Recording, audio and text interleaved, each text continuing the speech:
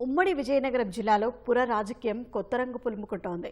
నిన్న మొన్నటి దాకా అన్ని పురపాలికల్లో ఆధిపత్యం ప్రదర్శించిన వైసీపీ క్రమంగా పట్టుకోల్పోతోంది. ఇప్పటికే పాలకొండ నగర పంచాయతీలో అధికార బదిలీ జరగగా తాజాగా బొబ్బిలి పురపాలికను కూటమి కైవసం చేసుకుంది. ఇక పార్వతీపురం పురపాలికను వశం చేసుకునే దిశగా కూటమి నేతలు పావులు కదుపుతున్నారు. ఉమ్మడి విజయనగరం జిల్లాలో సాధారణ ఎన్నికల తర్వాతి పరిణామాల నేపథ్యంలో పురపాలికల్లో ఒక్కొక్కటిగా వైసీపీ అధికారం కోల్పోతోంది. తాజాగా బొబ్బిలి పురపాలిక అధ్యక్ష పీఠం కూటమి వశమైంది.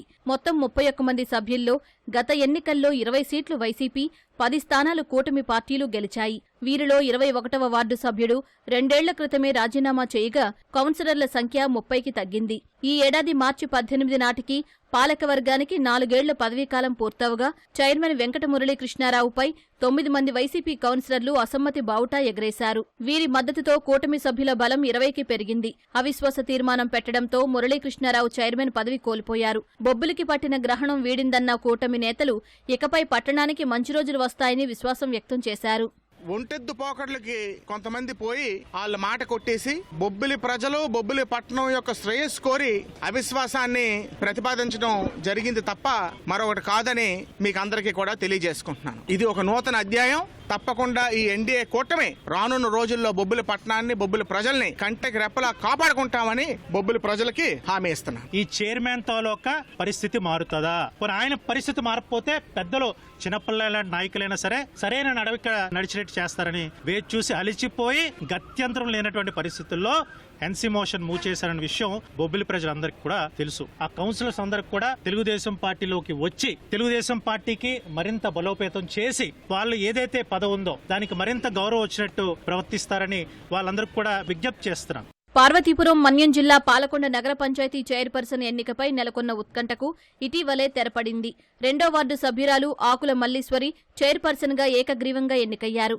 మొత్తం 20 వార్డులు ఉండగా 19వ వార్డు కౌన్సిలర్ రాధాకుమారి మొన్నటిదాకా చైర్పర్సన్ గా ఉన్నారు. ఆమె రాజీనామాతో ఎన్నిక అనివార్యమైంది. వైసీపీకి 14, కూటమికి 5 కౌన్సిలర్లు మిగిలారు. అధ్యక్ష పదవి ఎస్సీలకు రిజర్వ్ కావడంతో ఆకుల మల్లీశ్వరి బరిలో నిలిచారు.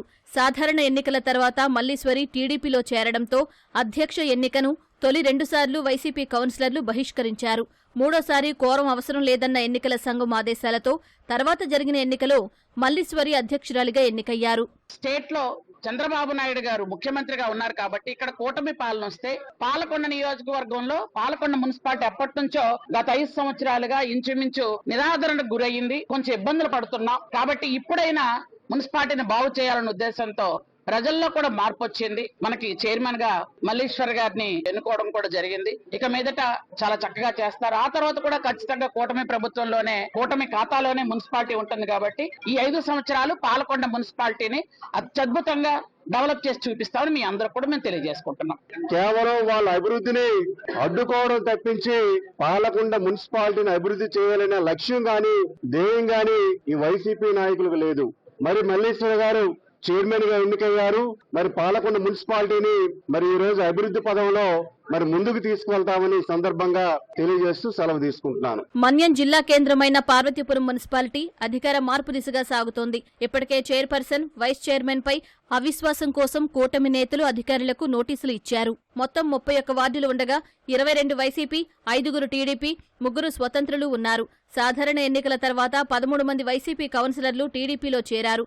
ప్రస్తుతం టీడీపీ సభ్యుల సంఖ్య 18కి చేరగా స్వతంత్రులతో పాటు ఎక్స్ అఫీషియో సభ్యులతో కలిపి 22కు పెరిగింది. ఈ నేపథ్యంలో పార్వతీపురం పురపాలిక సంఘం పైన కూటమి జెండా ఎగిరే అవకాశాలు స్పష్టంగా కనిపిస్తున్నాయి.